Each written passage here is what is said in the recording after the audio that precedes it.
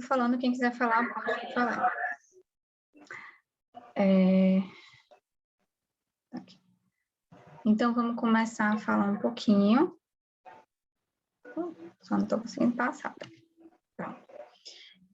A gente vai falar um pouquinho sobre o protocolo de transfusão maciça. Ele está na intranet do hospital. Então, se vocês entrarem na intranet do hospital, vai ter lá a parte de protocolos, e na parte de hemoterapia vão ter todos os protocolos da agência transfusional, de transfusão de hemácia, plaqueta, plasma, crio, e vai ter o de reserva cirúrgica e o de protocolo de transfusão maciça. A gente fala tanto de transfusão maciça, o que é a transfusão maciça, né? A transfusão maciça, na verdade, é quando o meu paciente perde uma volemia inteira, né, em 24 horas, ou seja, num adulto de 70 quilos, mais ou menos, é em torno dos 5 litros, mais ou menos, de sangue. Quando ele troca a volemia dele em 24 horas, ou quando a gente transfunde 10 concentrados de hemácia em 24 horas, ou quando tem uma perda de 50% da volemia do paciente em menos de 3 horas, ou quando eu transfundo mais de 3 hemácias em 1 hora, ou quando eu tenho um sangramento maior que 150 ml por minuto. Tudo isso aqui, a gente olha para trás e vê que nosso paciente transfundiu demais e vê que nosso paciente perdeu o time. Então, a gente não quer identificar o paciente dessa maneira. A gente quer ter uma identificação precoce daquele paciente que está com hemorragia grave, né, que é até o termo que a gente mais gosta, e que vai precisar de um suporte transfusional mais agressivo. Então, quais são os critérios de ativação do PTM, né? Na verdade, a gente sempre recomenda usar quando o paciente está com sangramento ativo, ou seja, ele está sangrando agora, então não é um paciente que sangrou ontem, não é um paciente que sangrou de manhã e a gente está agora à noite, é um paciente que está sangrando e ele está instável. Então, o que é isso? A gente considera uma pressão sistólica menor que 90 e ou uma frequência cardíaca maior que 110. A gente sabe que às vezes não é fácil de reconhecer. Por quê? Porque tem alguns sangramentos que são bem capciosos. Eu vou dar uns exemplos para vocês. E no IJF, na verdade, se usa bastante, mas, na verdade, com paciente com trauma, a gente pode usar o score ABCD quando ele for maior ou igual a 2, que você dá 1 ponto para uma lesão penetrante, pressão sistólica menor que 90, frequência cardíaca maior que 120, aqui é 120, não é 110, igual a gente vai olhar. E quando tem um FAST positivo, né, para sangramento. Acaba que no HGF, por ser um score mais clínico, a gente usa mais a presença do sangramento ativo com a instabilidade, que seria a pressão sistólica menor que 90 ou frequência cardíaca maior que 110. Lembrar que alguns sangramentos são difíceis de reconhecer, então a hemorragia digestiva é mais difícil, porque às vezes a gente não sabe se o paciente ainda está sangrando ou não, ou alguns sangramentos, como uma vez eu peguei uma paciente com um sangramento transvaginal importante por miomatose uterina, mas já tinham colocado, né, absorvente e a gente não estava sabendo quanto estava aquele sangramento, e quando eu perguntei para a técnica de enfermagem que estava com ela, disse que estava sangrando muito, que ela estava trocando o absorvente cheio de sangue, cheio de coágulos a cada 2 horas. Então, muito cuidado com esses sangramentos que podem estar um pouco mais escondidos para a gente. Quando a gente vai acionar o protocolo de hemorragia grave, o que é importante? É sempre importante identificar precoce aquele paciente com hemorragia grave, exatamente para a gente poder fazer uma abordagem mais agressiva nesse paciente, saber acionar todos os envolvidos, no nosso caso, acionar o laboratório do HGF, acionar a agência transfusional do HGF, né, porque são as duas entidades que vão estar junto com vocês no atendimento desse paciente. Sempre definir um líder para conduzir a situação, né, para não ficar todo mundo gritando, todo mundo desesperado, isso é uma confusão só. Priorizar atendimento, então a gente sabe que um paciente sangrando, chocado, um paciente grave, que a gente tem que priorizar. Então, por exemplo, na agência transfusional, a gente vai priorizar um paciente sangrando, as transfusões eletivas vão ficar para depois, né? Então, a equipe de enfermagem, a equipe médica vão priorizar aquele paciente que está grave, sangrando na frente deles, do que um outro que está mais estável. Então, sempre priorizar esse atendimento, o laboratório também. Restrição de cristalóides, a gente vai falar sobre isso, a gente só dá 1000 de soro rápido, não fica dando soro até não poder mais. Protocolos transfusionais são bem diferenciados, né? Geralmente, nós somos restritivos com pacientes estáveis, mas no paciente sangrando e instável, a gente tem que ser bem agressivo para não perder o timing daquele paciente. Reavaliação laboratorial a cada 30 a 60 minutos, isso é muito importante, eu tenho que estar em cima com o exame de sangue, exame laboratorial, para eu ficar reavaliando aquele meu paciente até ele estabilizar, e o uso de antifibrinolítico se não tiver uma contraindicação, para tentar estancar sangramento. Então, lembrando que a segurança do paciente começa com a gente, né? Sempre preencher corretamente, completamente a requisição de transfusão, tá? Então, e se vocês forem mandar, né, uma amostra de sangue, por exemplo, se vocês estiverem dentro do centro cirúrgico, que o técnico da agência não entra lá, se vocês quiserem agilizar alguma coisa, alguma amostra e mandar para a gente, sempre identificar corretamente nome completo do paciente, sem abreviações, prontuário ou CPF ou data de nascimento, o primeiro nome de quem coletou a amostra e a data da coleta. A gente não pode receber a amostra se não tiver identificada corretamente, então tem que ter essas 4 identificações. E como é que a gente aborda esse paciente? Então, eu estou com um paciente sangrando, chocado, chegou na sala de parada, um baleado, por exemplo. O que a gente vai fazer? A gente vai pegar 2 acessos venosos calibrosos, né? Vamos fazer reanimação volêmica com 1000 de soro rápido, ou fisiológico, ou Ringer, tá? E é só 1000, não é 2000, 3000, 4000. Porque a gente sabe que quanto mais soro você der, você só vai hemodiluir mais aquele paciente, pode dar mais distúrbio de coagulação e piorar seu sangramento.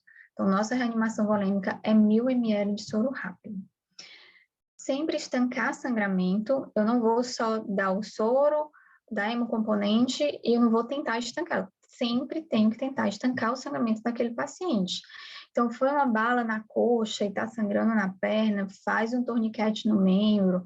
É um paciente que está com hemorragia pós-parto, por exemplo, faz uma citocina, faz uma ergotamina, faz um misoprostol para tentar estancar aquele sangramento.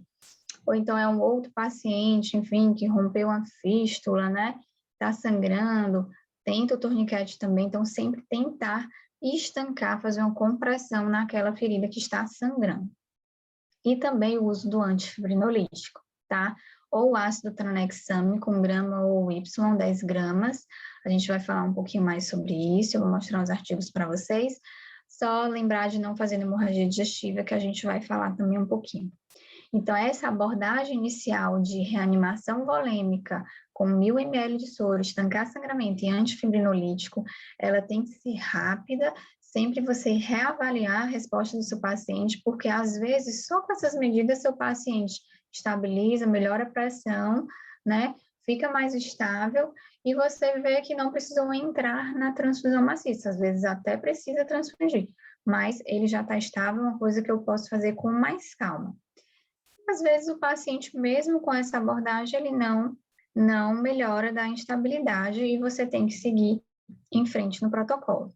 Então, sempre avaliar a resposta após essas medidas, olhando o nível de consciência do paciente, débito urinário, perfusão periférica, lembrar que esses pacientes podem ter uma hipotensão permissiva, a gente aguenta, tolera uma pressão um pouquinho mais baixa, que é até melhor que sangra um pouco, sangra menos.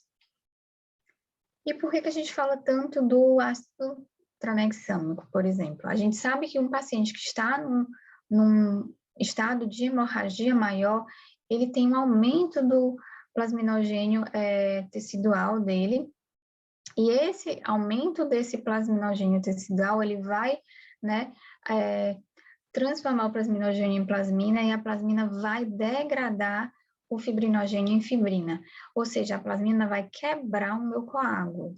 E por que a gente fala tanto do antifibrinolítico? Porque ele vai agir exatamente aqui, impedindo que a plasmina degrade este coágulo e eu consiga formar o coágulo estancando aquele sangramento. Então, a gente sabe que no estado de hiperfibrinólise, o ativador do plasminogênio tecidual está aumentado, e o que pode agir exatamente tentando, né, contrabalançar isso e fazendo com que eu consiga formar o coágulo e estancar aquele sangramento é o antifibrinolítico. Então, tem alguns trabalhos, né, de uso do antifibrinolítico nesses pacientes com hemorragia maior. O CRASH-2 é um trabalho bem conhecido da Lancet, de 2010, pegou pacientes politraumatizados, em mais de 200 hospitais, em 40 países diferentes, e randomizou esses pacientes, mais de 20 mil pacientes, em um grupo que usou ácido tranexame com 1 grama de dose de ataque, depois com 1 grama mais em 8 horas, e o grupo que foi para placebo, que não usou o ácido tranexâmico,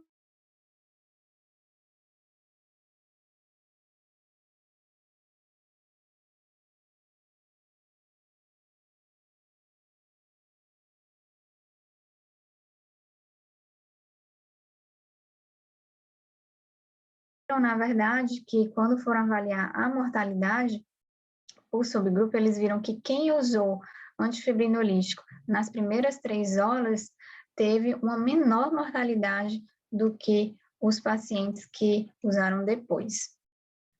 Tem um outro trabalho, o Woman Trial, que é um trabalho semelhante, mas que vai avaliar pacientes, ao invés de pacientes traumatizados, pacientes com hemorragia pós-parto. Então, todas as pacientes que tinham parto vaginal e sangravam mais de 500 ml entravam no estudo, ou quem sangrava mais de 1.000 ml pós-cesárea entrava no estudo, ou se alguma paciente tinha algum sinal de instabilidade entrava no estudo, ou se eles tinham dúvida se aquela paciente era para entrar ou não, também entrava no estudo. Também pegaram mais de 20 mil pacientes, também randomizaram em 2 grandes grupos, com em torno de 10 mil pacientes cada um grupo que recebia astronexame, e outro grupo que receberia placebo. E quando foram avaliar desfechos, então, a abordagem por laparotomia por devido a sangramento, eles viram que os pacientes que fizeram o ácido tranexâmico, né, tiveram a menor abordagem cirúrgica, tanto em parto vaginal como em parto cesariano, tanto por causa sendo teriatonina, né, atonia uterina ou não. Então, esses pacientes tiveram melhores resultados. E quando compara o Woman Trial com o CRASH 2, a gente consegue ver que o tempo para um novo tratamento foi menor realmente em quem fez antifibrinolítico nesses 2 trabalhos, com menos de 3 horas, e quando se demora um pouco mais, faz depois de 3 horas, né, tem uma tendência a haver uma melhora no Woman Trial, mas no CRASH não. Então, realmente, o uso do antifibrinolítico é orientado, principalmente o mais precoce possível. E tem um outro trabalho que saiu no ano passado, que é o HALTED, que ele avaliou o uso do antifibrinolítico, do ácido tranexâmico, né, em pacientes com hemorragia digestiva aguda. Foi um trabalho também multicêntrico, randomizado, em mais de 160 hospitais em 15 países diferentes, que randomizaram os pacientes entre o uso de ácido tranexâmico ou placebo. Eles fizeram um ataque de 1 grama de transamin, depois uma manutenção de 3 gramas em 24 horas contínua, e pegaram pacientes desde julho de 2013 a junho de 2019. O endpoint primário desse trabalho era a mortalidade por sangramento em até 5 dias, e o endpoint secundário tinham vários, como avaliar tromboembolismo venoso, convulsões nesses pacientes, e também mortalidade em 24 horas ou até 28 dias, enfim, então tem outros endpoints secundários. Eles pegaram mais de 12 mil pacientes, fazendo 2 grandes grupos de em torno de 6 mil pacientes, um que fez o ácido tranexâmico e o outro que fez placebo, e eles viram que o efeito do ácido tranexâmico no endpoint primário, né, que seria em óbitos em até 5 dias, não houve diferença estatística nesses pacientes com hemorragia digestiva comparado com quem fez o placebo. Quando avaliam os endpoints secundários, que são todas essas complicações, eles viram que, na verdade, o grupo do ácido tranexâmico teve uma diferença estatística em tromboembolismo venoso, mais do que o placebo, e em crises convulsivas também mais do que o placebo. E é por isso, depois desse estudo, que a gente fala que não deve ser feito o ácido tranexâmico na hemorragia digestiva. Tem algumas pessoas que questionam, será que é porque hemorragia digestiva a gente não identifica o sangramento tão rapidamente, acaba que a gente não faz naquelas primeiras 3 horas? Será que foi por isso que os resultados foram assim? Não dá para a gente saber, é uma crítica, mas fato é que depois desse trabalho, por enquanto, até que se venha outro, a gente evita o antifibrinolítico na hemorragia digestiva. Então, só relembrando, tem um paciente que chegou na sala de parada sangrando ativo, né, e instável, pressão sistólica menor que 90 e ou frequência cardíaca maior que 110, a gente vai pegar 2 acessos calibrosos, vai fazer a reanimação volêmica com 1.000 ml de soro rápido. Sempre vocês vão tentar estancar sangramento e fazer o antifibrinolítico o quanto antes melhor, exceto na hemorragia digestiva. E sempre avaliar a resposta do nosso paciente. O ideal é, nesse primeiro momento, se vocês conseguirem, a gente sabe que é muito aperreado, mas já solicitar reserva de hemocomponente desses pacientes, os exames laboratoriais. Por quê? Porque, às vezes, com isso aqui, ele já estabiliza ou não precisa passar para a transfusão maciça. Mas, às vezes, ele vai precisar. E se você me pediu precocemente, a gente já conseguiu agilizar, fazer os testes, e eu não vou correr o risco de dar um hemocomponente para o meu paciente, um concentrado de hemácia, sem ter os testes sido feitos. Então, o ideal é o quanto antes já solicitar essa reserva. Se não precisar, ótimo, mas se precisar, a gente já conseguiu agilizar os testes. E aí, depois dessa parte da reanimação volêmica, de estancar o sangramento, de fazer o antifibrinolítico, vocês vão reavaliar o paciente e aí vão olhar, o paciente persiste sangrando ativo ou ele já parou de sangrar? O paciente continua instável, com pressão sistólica menor que 90 e ou frequência cardíaca maior que 110? Se sim, se ele continua sangrando e está instável, vocês vão acionar o PTM, né? Vocês vão partir para a parte da transfusão maciça. Se não, se o paciente estabilizou, se conseguiu parar sangramento, vocês não vão acionar o PTM, né? Não vão para aquela abordagem agressiva transfusional, mas pode ser até que o paciente vai precisar de alguma transfusão, mas não precisa ser nada na correria, na pressa, sem fazer os testes. Então, sempre lembrar... Opa, pode falar. Uma pergunta que me fizeram essa semana e eu não soube responder.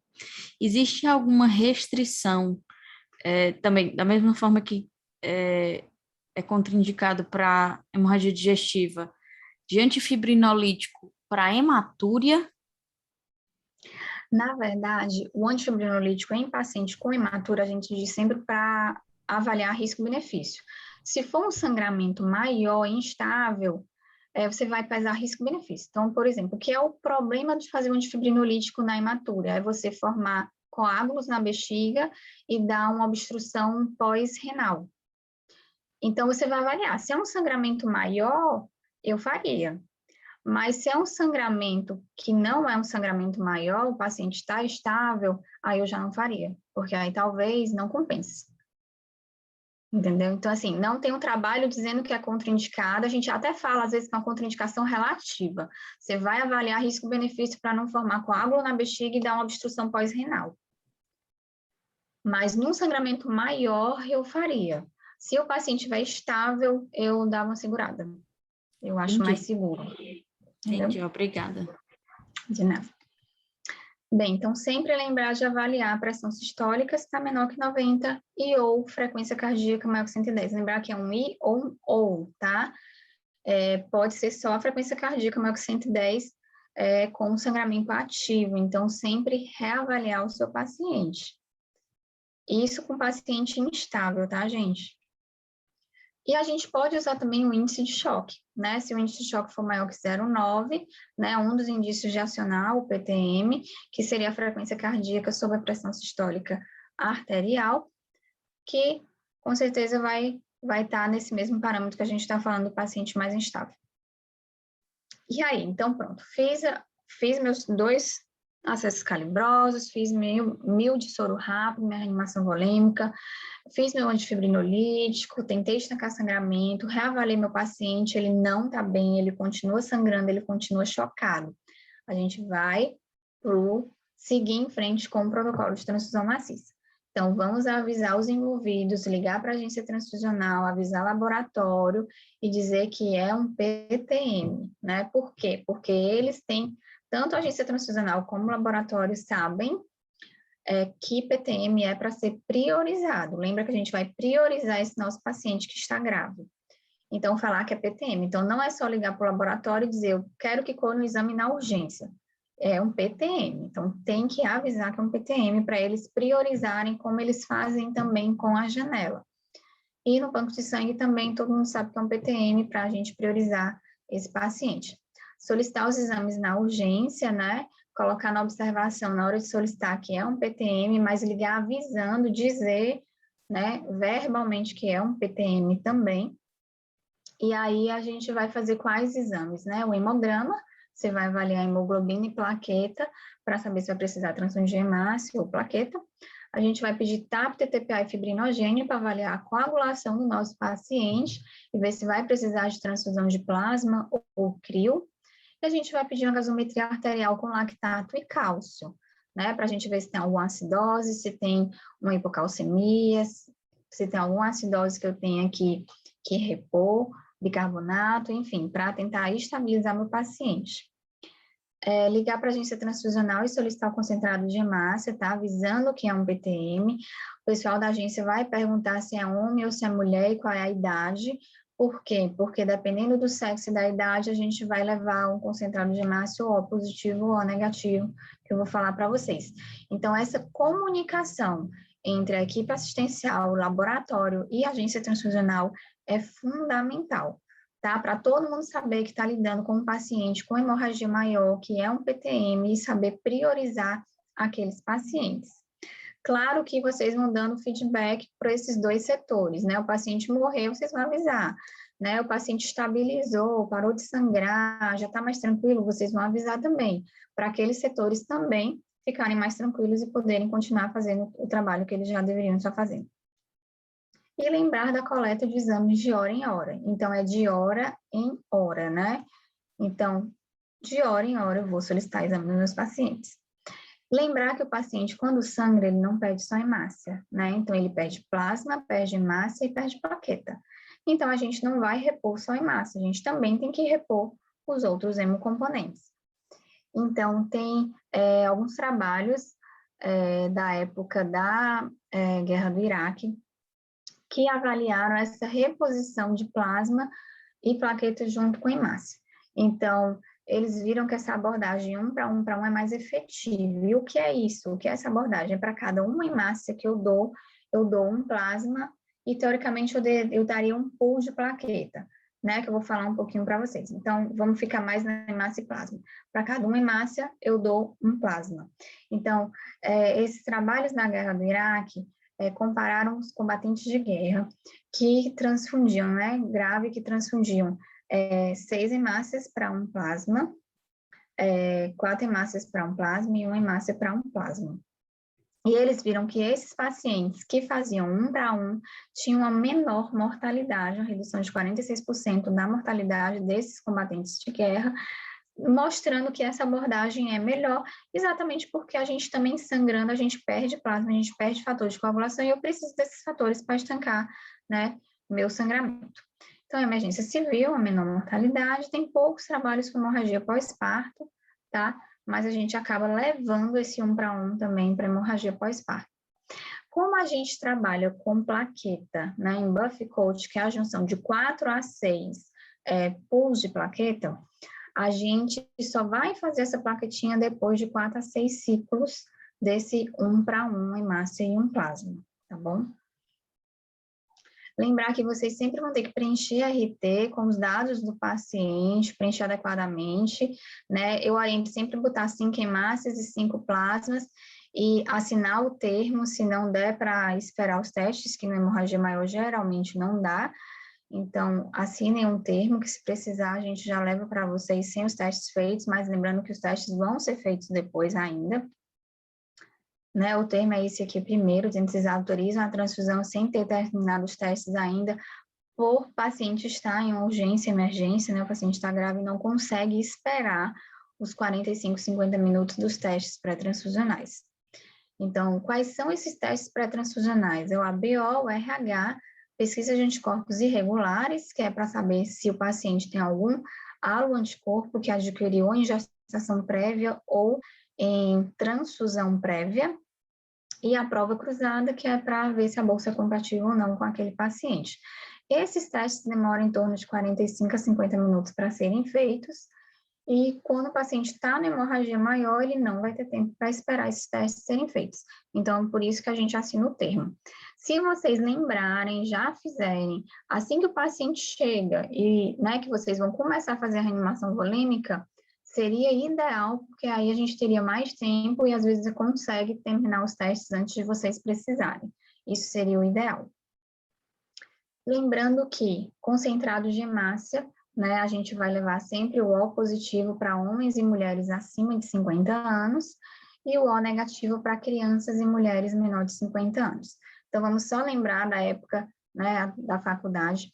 Quem é do grupo sanguíneo A tem o antígeno A pregado na hemácia e tem o anti-B no seu plasma. Quem é do grupo sanguíneo B tem o B pregado na hemácia e tem o anti-A no plasma. Quem é do grupo AB tem o A e o B pregado na hemácia e não tem anticorpo no plasma. E quem é do grupo O não tem nem o A nem o B no pregado na hemácia e tem anti-A e anti-B no plasma. Então, quem é do grupo sanguíneo A, por exemplo, pode receber hemácia igual a ele, que tem o A pregado na hemácia, e pode receber hemácia O, que não tem nada pregado na hemácia e não vai dar problema com aquele paciente. Então, por isso que todo mundo recebe O e por isso que o concentrado de hemácia O é aquele que a gente vai dar no extremo urgência, porque eu sei que todo mundo pode receber O. O ideal seria a gente dar negativo para todo mundo, né? Porque tanto quem é positivo como negativo pode receber negativo, mas infelizmente a gente não tem concentrado de hemácia O negativo para todo mundo, então a gente acaba deixando para crianças e mulheres em idade fértil, porque se o paciente for masculino ou for positivo e receber, se for negativo e receber um sangue positivo, ele pode criar um anti-D, e o que é o problema, principal problema desse anti-D no corpo do paciente é gerar uma doença hemolítica do feto e do recém-nascido no futuro.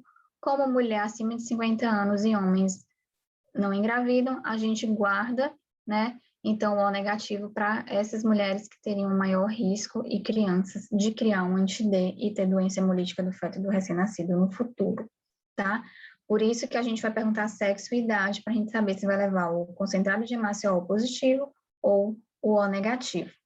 Claro que esses são os primeiros que a gente leva, depois vai fazendo os testes, já descubro qual é o tipo sanguíneo do paciente e depois eu já levo do tipo do paciente. E o plasma, né? Quando a gente vai dar plasma, a gente não olha para o antígeno que está pregado na hemácia, como a gente faz com a hemácia. A gente vai olhar para o anticorpo que eu tenho no plasma do meu paciente. Então, a paciente que é do grupo sanguíneo A, ela tem anti-B no plasma dela. Então, ela pode receber um plasma que tenha o anti-B igual dela, ou seja, um plasma A, e pode receber um plasma que não tem anticorpo, que seria o plasma B.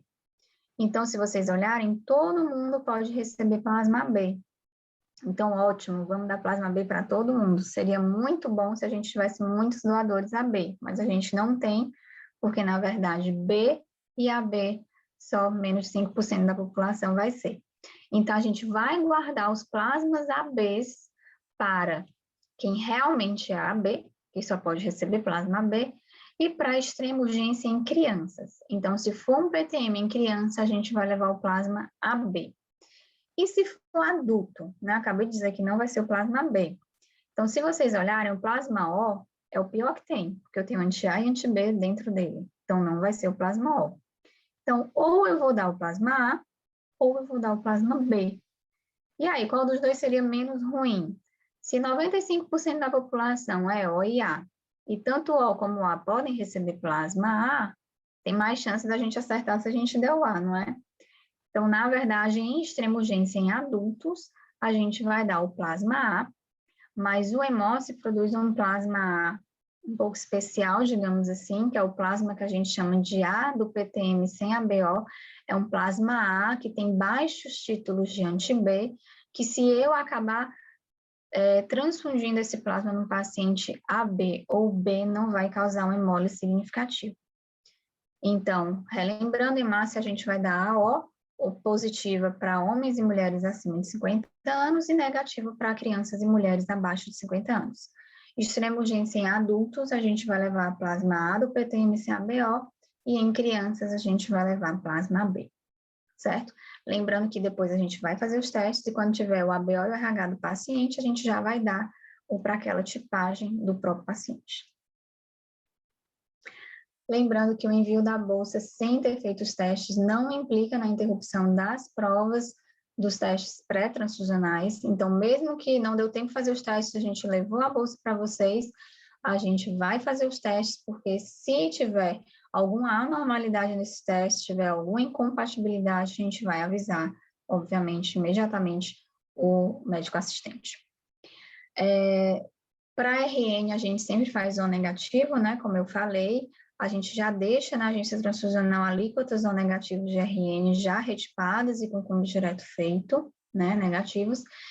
E a gente já deixa um estoque de 4 concentrados de hemácia O positivo na agência já retipados e com cúmbio direto negativo, separadinhos para PTMs e respeitando a fenotipagem C pequena, grande QEL e os O negativos, CDE e QEL negativos, para a gente poder dar o melhor sangue para o paciente, o que vai respeitar melhor o fenótipo da maioria dos pacientes também.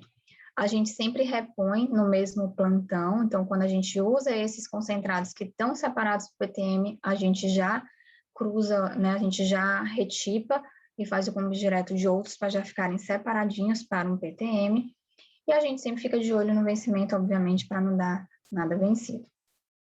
Então, vamos lá.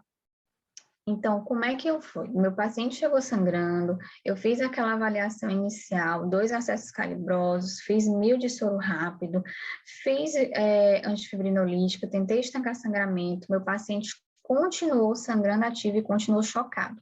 Aí eu vou começar as transfusões agressivas. Então, vocês ligaram para o banco de sangue, ligaram para o laboratório, o banco de sangue está levando 2 concentrados de hemácias para vocês enquanto está descongelando o plasma, porque o plasma vai demorar aí seus 15 minutinhos para ser descongelado. Então, a gente vai levar logo 2 hemácias, corre cada uma no acesso calibroso aberto, não tem aquela história de 15 gotas por minuto nos primeiros 15 minutos, porque meu paciente está morrendo, está sangrando na minha frente, e eu não vou me preocupar em ter alguma reação transfusional agora, a gente está em cenário de guerra e vai aberto mesmo, tá? Então, enquanto corre as 2 hemácias, então, corre as 2 hemácias, depois a gente pede 2 plasmas, depois a gente faz de novo as 2 hemácias, depois a gente faz mais 2 plasmas, e a gente fica fazendo essa abordagem 2 para 2, que é o mesmo de 1 para 1, até quando? Até sair nossos exames laboratoriais ou até eu conseguir estancar o sangramento e estabilizar meu paciente, tá? Então, eu fiz 2 hemácias, 2 plasmas, 2 hemácias, 2 plasmas. Saíram os meus exames? Se saíram, eu vou olhar meus exames, tá? Essa seta tá ao contrário. Se não saiu, eu vou fazer 10 crios e uma plaqueta empírico, porque aí entra aquela história que eu falei, eu tenho que fazer 1 para 1 para 1, tá? Então, tenho que repor plaqueta e fibrinogênio também. Então, fiz 2 hemácias, 2 plasmas, 2 hemácias, 2 plasmas, não saiu o exame laboratorial, eu posso fazer agora 10 crios e uma plaqueta. É para ter saído seus exames até você ter feito esse 4 hemácias e 4 plasmas, ou até 6 hemácias e 6 plasmas. Não saiu, me avisa que eu também vou pegar no pé do laboratório, porque que não ficaram, porque que não agilizaram, porque é para dar tempo de sair os exames antes de vocês precisarem fazer o crio e a plaqueta empírica. E saíram seus exames, quais são as nossas metas, né, transfusionais? Se a hemoglobina está caindo, a gente vai transfundir hemácia, tá? A nossa meta é a hemoglobina pelo menos de 7. TAP e TTPA a gente quer que estejam normais, tá? Então, se tiver acima de 1,3, a gente vai fazer 15 ml por quilo de peso do paciente de plasma. Lembrar que um plasma tem em torno de 200 ml, ou então podem colocar o próprio volume, que a gente vai levar a quantidade mais próxima daquele volume solicitado. E plaqueta, se tiver abaixo de 100 mil, a gente solicita uma reserva, mas abaixo de 50 mil é que a gente vai transfundir. Nosso alvo é 50 mil de plaqueta. E fibrinogênio, né? Na hemorragia maior, nosso alvo vai ser 150. Então, se tiver menos do que isso, a gente vai transfundir 10 unidades de crio ou vai calcular no aplicativo do EducaSangue, que eu vou mostrar para vocês. Lembrar que em gestante ou puérpera, esse alvo do fibrinogênio é um pouco mais alto, ele é de 200, porque já é mais normal, né, a gestante e a puérpera terem um fibrinogênio mais elevado, né? Então, ao longo da gravidez, esse fibrinogênio vai aumentando, e no terceiro trimestre, esse fibrinogênio já é mais alto, por isso que o nosso corte para gestante puérpera vai ser um fibrinogênio de 200. Eu fiz meus exames, saíram meus exames, eu vi que meu paciente está precisando só de hemácia e plasma, não está precisando ainda repor crio nem plaquê. Então, eu peço as hemácias, peço os plasmas, corre tudo aberto e eu repito meu exame logo depois. Lembrar de repetir os exames até de hora em hora. Aqui é só mostrando o aplicativo do EducaSangue. Quando vocês se cadastrarem e entrarem, logo na tela inicial, vai ter essa parte aqui de cálculos. Se vocês entrarem, vai ter aqui dose de crio precipitado. Se vocês colocarem peso do paciente, hematócrito do paciente, o fibrinogênio que saiu no seu exame laboratorial e marcar aqui, vai ter as opções de marcar hemorragia grave não controlada em gestante puérpera, hemorragia grave não controlada em pacientes que não sejam gestantes e puérperas, leucemia promielocística, enfim, vão ter várias opções, você escolhendo a do seu paciente, botando em calcular, ele às vezes dá muito mais do que as 10 unidades que a gente faz empírico. Então, lembrar que às vezes o 10 é pouco. Então, o ideal é você colocar no aplicativo que calcula bem rapidinho e você sabe fazer a quantidade de crio que realmente seu paciente está precisando.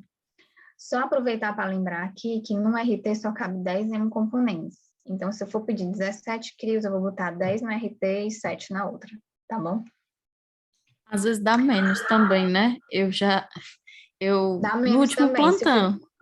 último plantão eu tive um paciente que era um senhor de 80 anos com HDA. E eu pedi um fibrinogênio, o primeiro fibrinogênio dele veio 132.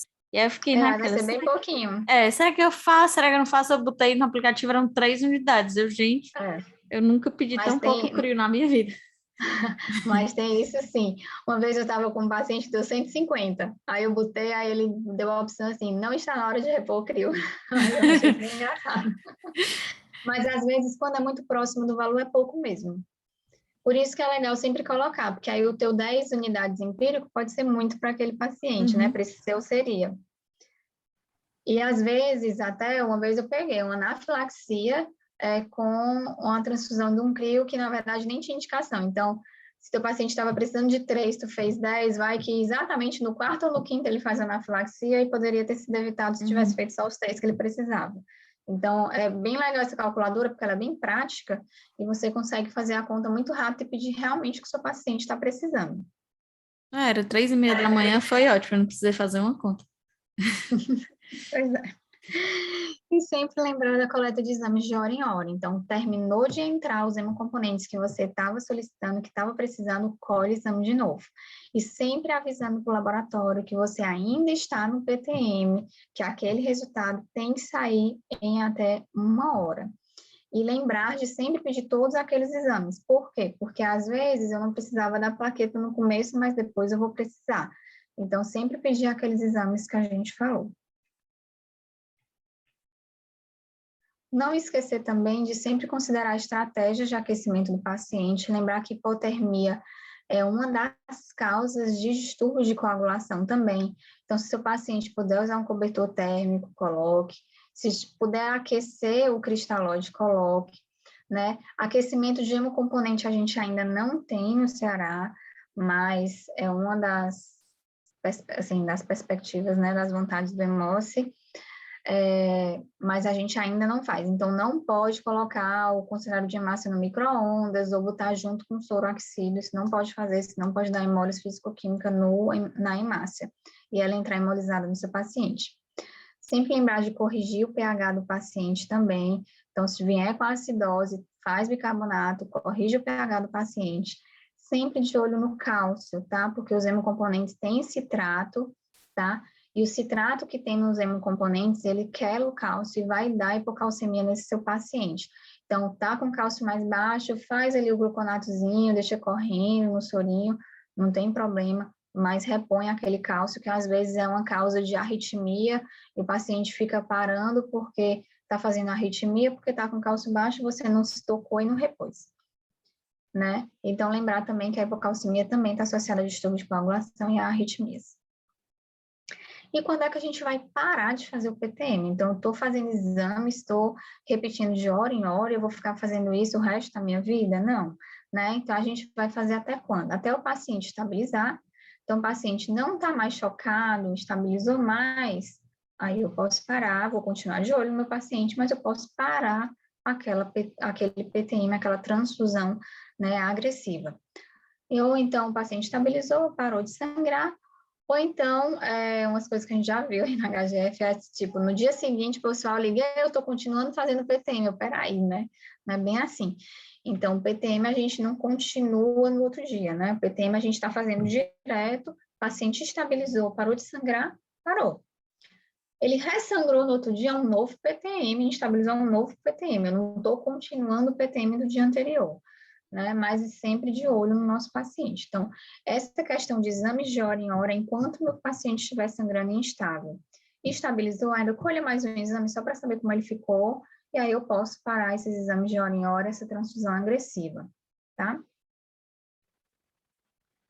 Então, era basicamente isso que eu tinha para falar. Alguém tem alguma dúvida? Quer comentar alguma coisa?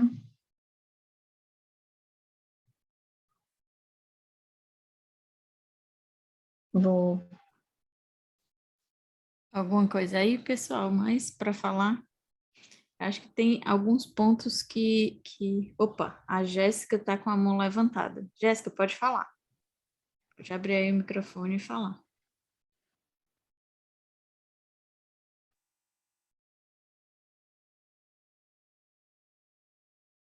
Vou parar aqui o compartilhamento.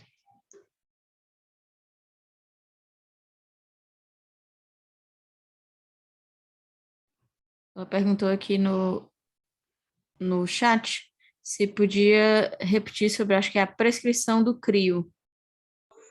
É isso, Do Jéssica? CRIO.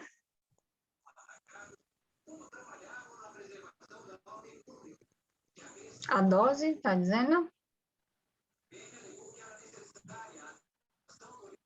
Isso. A dose do CRIO é aquilo, a gente ou faz 10 unidades empírico, se não tiver saído seu exame laboratorial, ou você coloca no aplicativo do EducaSangue para ver quantas unidades vai precisar.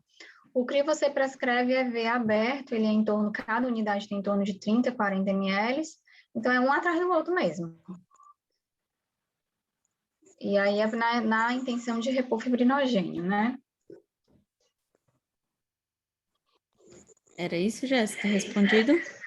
Deu para entender? A Eduarda também tinha levantado a mão aqui. Pode falar, Eduardo, se quiser. Pode falar pelo chat também, fica à vontade. Oi, gente. Boa noite. Desculpa o barulho que eu tô na UTD.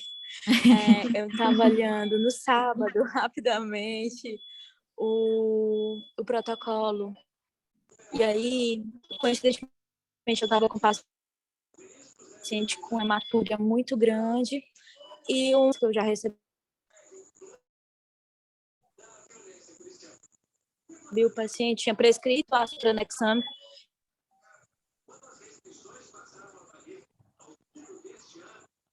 e uma contraindicação relativa.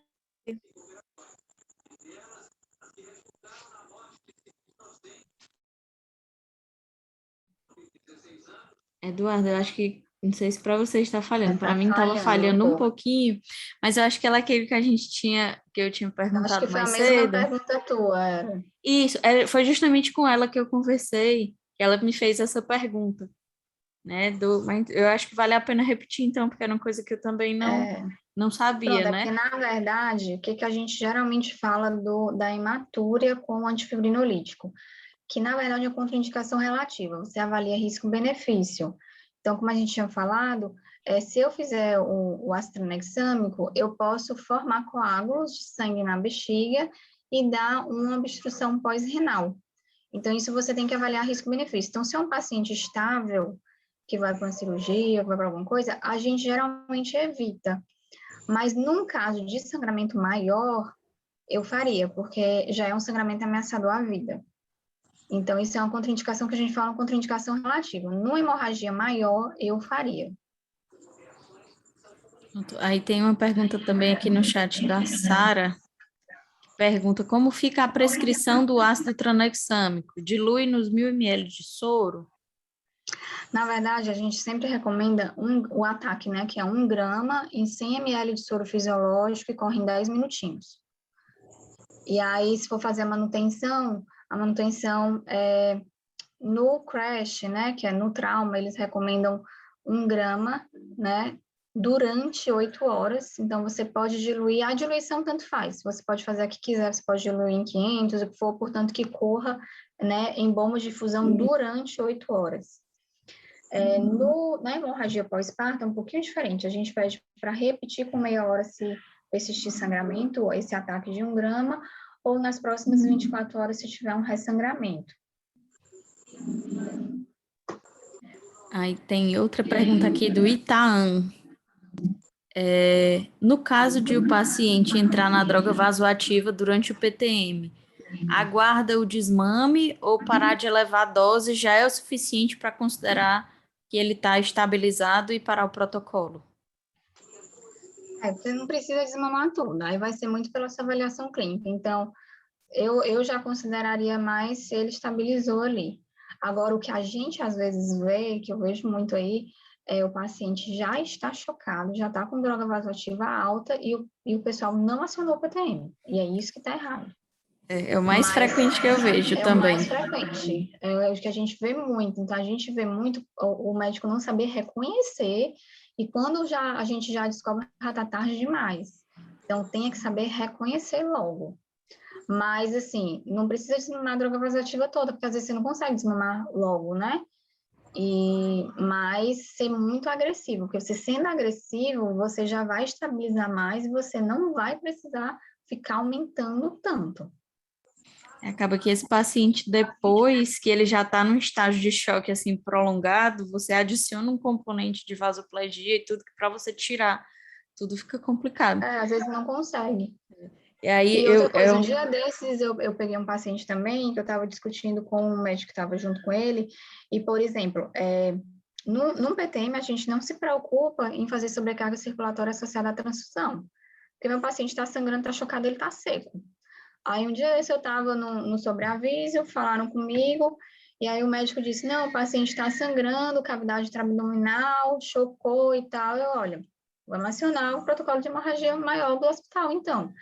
E aí ele acionou, fez 2 hemácias, 2 plasma e disse que o paciente ficou com gesto. Aí eu, como assim o paciente ficou com gesto? Aí ele, não, é porque eu já acho que ele não estava mais sangrando. Então, muito cuidado com isso, tá? Porque às vezes você vai fazer um pior para o paciente. Então, assim, às vezes o sangramento é muito capcioso. Então, realmente tem sangramentos que são mais difíceis. Eduardo aqui está perguntando se a gente já falou sobre a questão do Transamin na HDA, né? Que é contraindicado, né? Isso. Depois desse trabalho do Reuters, a gente não está mais recomendando, né? Pode ser que isso mude depois, que talvez tenha sido aquela questão de não ter sido reconhecido logo a hemorragia digestiva e demorou mais de 3 horas, ninguém sabe. Mas, por enquanto, não é recomendado por questão de aumentar tromboembolismo venoso e convulsão. Bem, não pessoal. mudar sua vida. Mais alguma pergunta, gente? Eu vou parar aqui de compartilhar. Doutora? Opa! Oi, pode falar. Oi, boa noite. Ainda sobre o CRIO, se a senhora puder repetir a questão de a gente faz o CRIO quando encerra-se o PTM com 2 plasmas, 2 concentrados, 2 plasmas, 2 concentrados, e aí a gente calcula pela calculadorazinha ou faz 10 empírico, mas só quando a gente encerra o primeiro PTM o paciente persiste instável, é isso? Não é nem encerrar o PTM, o paciente ainda está no PTM, mas, por exemplo, eu fiz 2 hemácias, 2 plasmas, 2 hemácias, 2 plasmas, nada de sair meus exames laboratoriais. Você pode fazer 4 hemácias e 4 plasmas, ou até 6 hemácias e 6 plasmas. Não saiu os exames, você pode fazer 10 crios e uma plaqueta empírica, porque já pode estar naquela hora que o seu paciente está precisando disso. Geralmente, para o exame laboratorial ter saído até aí. E muitas vezes a gente vê que não precisa repor a plaqueta, por exemplo, a gente vê que é o que a gente menos faz, na verdade. Uma grande maioria realmente é plasma e hemácia. Mas se deu um problema no laboratório, não conseguiu sair, a gente recomenda depois de 4 a 6 hemácias e plasma, você fazer 10 crios e uma plaqueta. Quando você já tem o exame, aí você bota na calculadora e você vê se está precisando ou não. Né? Esse empírico é se não tiver saído o exame. E aí é outra coisa... De hora em hora o exame, de hora em hora, não pode esquecer disso. É que eu ia reforçar, é outra falha muito comum que a gente vê. Ou não, primeiro, não lembrar de avisar o laboratório também. Você liga para o banco de sangue, avisa, eles descem com o sangue e você só pede o exame, às vezes nem pede o exame no sistema. E aí o paciente corre tudo isso sem nem ter coletado exame, muitas vezes. E aí você fica cego, transfundindo, sem saber. E não tem parâmetro. Sem ter parâmetro. Né? E a outra coisa é lembrar de repetir os exames, porque especialmente o paciente que está sangrando, você está repondo, mas ele continua consumindo, e você não sabe direito. Às vezes eu transfundi 2 concentrados, 2 plasmas, e aí meu primeiro exame veio uma HB mais ou menos, um NR normal, mas ele continuou sangrando, ele pode ter consumido os fatores de coagulação e agora está precisando, no segundo momento, que você inicie o plasma, por exemplo. Né? É muito frequente a gente ver isso aí, esse equívoco nas conduções. Já peguei paciente que já tinha sido transfundido, quantos, meu Deus, acho que eram 6 concentrados. E a gente foi pedir um segundo exame de controle e ele estava com HB de 9 e com INR maior que 10. E aí, se tivesse transfundido plasma antes, talvez ele não tivesse precisado de tanto concentrado. Né? Que, inclusive, para lembrar que a gente não sangra só hemácia, né? Também perde plasma, plaqueta. E, realmente, eu já vi vários casos que, tipo, começou o PTM de madrugada e de manhã não tinha nenhum exame. Eu fui lá ver 10 horas da manhã, solicitaram o primeiro. Isso aqui tá errado, né? Não é para assim. Doutora, obrigada. Só mais uma dúvida. Um paciente anúrico que evolui com HDA, existe algum detalhe específico em relação à PTM? Porque, teoricamente, um paciente anúrico, um paciente, na verdade, em PTM, ele está seco. Então, não é para ele fazer uma congestão. Né? Ele está sangrando, ele está perdendo, então eu posso repor. A não ser que você passe um ponto, estabilizou, tu continuou fazendo, e aí ele vai ficar congesto. Mas enquanto ele estiver sangrando, teoricamente não é para ele ficar encharcado.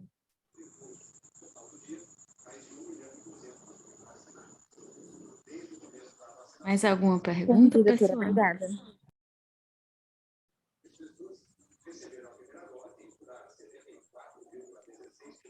Mais alguém? Então, eu acho que foi assim... Todo mundo entendeu tudo?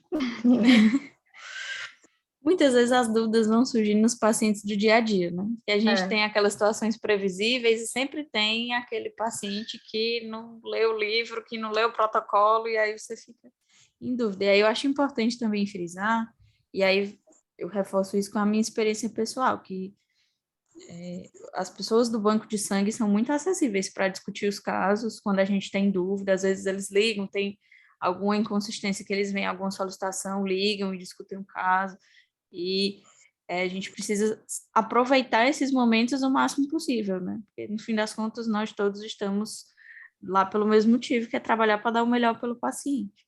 Né? Então, às vezes, eu vejo alguns colegas, às vezes, ficando meio irritados com o pessoal do banco de sangue quando alguém questiona alguma transfusão, e essa não é a ideia. Né? A ideia é que a gente tenha vários checkpoints de segurança para o paciente, para evitar que ele transfunda inadequadamente, para evitar que ele deixe de transfundir, de abrir um PTM, de fazer o que seja preciso, né, naquele momento que é necessário. Então, que a gente fique mais aberto para esse trabalho, né, multidisciplinar em equipe, que todo mundo sai ganhando com isso.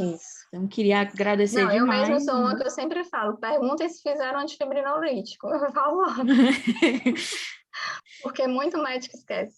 Sim, normal. Né? Então, muita gente nem sabe ainda. Então, eu falo logo, pergunta se fizeram antifibrinolítico. A pessoa está na UTD com 25 pacientes. de madrugada. Gente, a chance de esquecer alguma coisa é muito grande. Não vamos ficar com raiva da pessoa que está lhe lembrando, né, do que é para estar sendo feito. Não tem porquê isso. Eu queria agradecer demais a presença de todos que estão aqui, né? Espero que tenha sido tão proveitoso para vocês quanto foi para mim. Agradecer muito a Lilian, né, pelas aulas, pela iniciativa, né, por estar lá mesmo, às vezes, às vezes arrumando, né, deixando o plantonista zangado porque, não, a pessoa do banco de sangue me ligou para questionar minha conduta e tudo, mas a ideia é sempre melhorar a qualidade do nosso serviço e da nossa assistência, né? Então, muitíssimo obrigada por tudo aí. Tá joia, de nada. E aí, qualquer coisa, estou à disposição. Podem me mandar mensagem também, que uma hora eu respondo. Certo. Gente, pela última vez, colocando aqui o link de presença, certo? Opa, mandei para o Gabrielzinho só, pera, é para todo mundo. Então, mandando aqui o link de presença, quem não assinou ainda, vai lá, é rapidinho, só o nome, qual setor que trabalha e tudo, para a gente ter um controle de quem participou, certo?